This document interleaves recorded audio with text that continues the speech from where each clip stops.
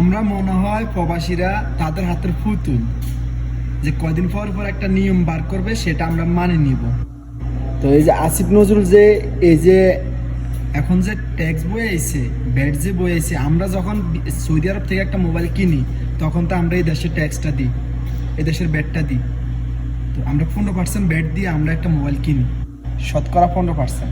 তো এখন আমরা যদি এখানেও 15% দিই, বাংলাদেশেও গেলেও যদি 57% যদি ট্যাক্স দেওয়া লাগে, তাহলে তার এই মোবাইল চালানোর দরকার নাই, তাই না?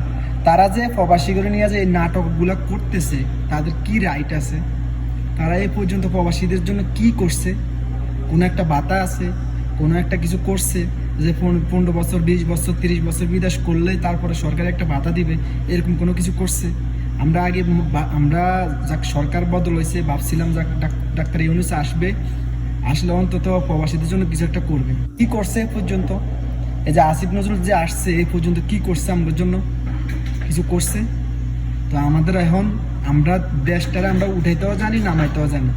এখন আমরা যখন রেমিডেন্স বন্ধ করে দেব, তখন দেখব তাদের ক্ষমতা কোনায় যায় আর তারা কিভাবে থাকে।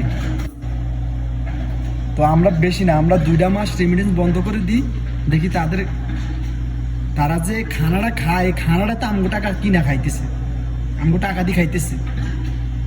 তাহলে আমাদের জন্য কি করছে? তো আমরা সবাই একতা হয়ে আমরা এটার প্রতিবাদ জানাই যে আমরা সরকারের ট্যাক্স দিতে রাজি আছি, সেটা সীমিত ভিতরে। তাই বলে যে এমন মানে 57% ট্যাক্স দিতে হবে এমন না। আমরা হয়তো বা সরকারের একটা ধার্য করা উচিত যাতে 10% ট্যাক্স কিংবা 15% ট্যাক্স দিতে আমরা রাজি আছি।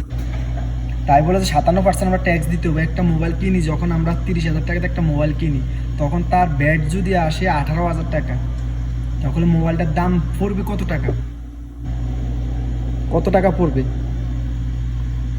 তাহলে গত এত বছর ধরে এত ব্যাট বাড়ায় নাই, আর তারা এক বছরের ভিতরে তারা এত পরিকল্পনা করে ফেলাইছে প্রবাসী করে, মানে কেমনে যে মারি খাইবো, মানে পারে না, গলা চাবি ধরা বাইরেছে, গলা চাবি ধরা বাইরেছে।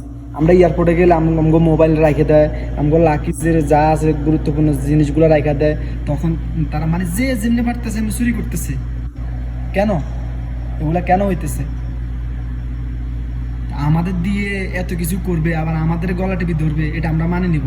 সবাই মিলে প্রতিবাদ জানাই যে সরকার আমরা ট্যাক্স দিতে রাজি আছি সীমিতের ভিতরে, আমরা 57% ট্যাক্স দিতে আমরা রাজি নেই।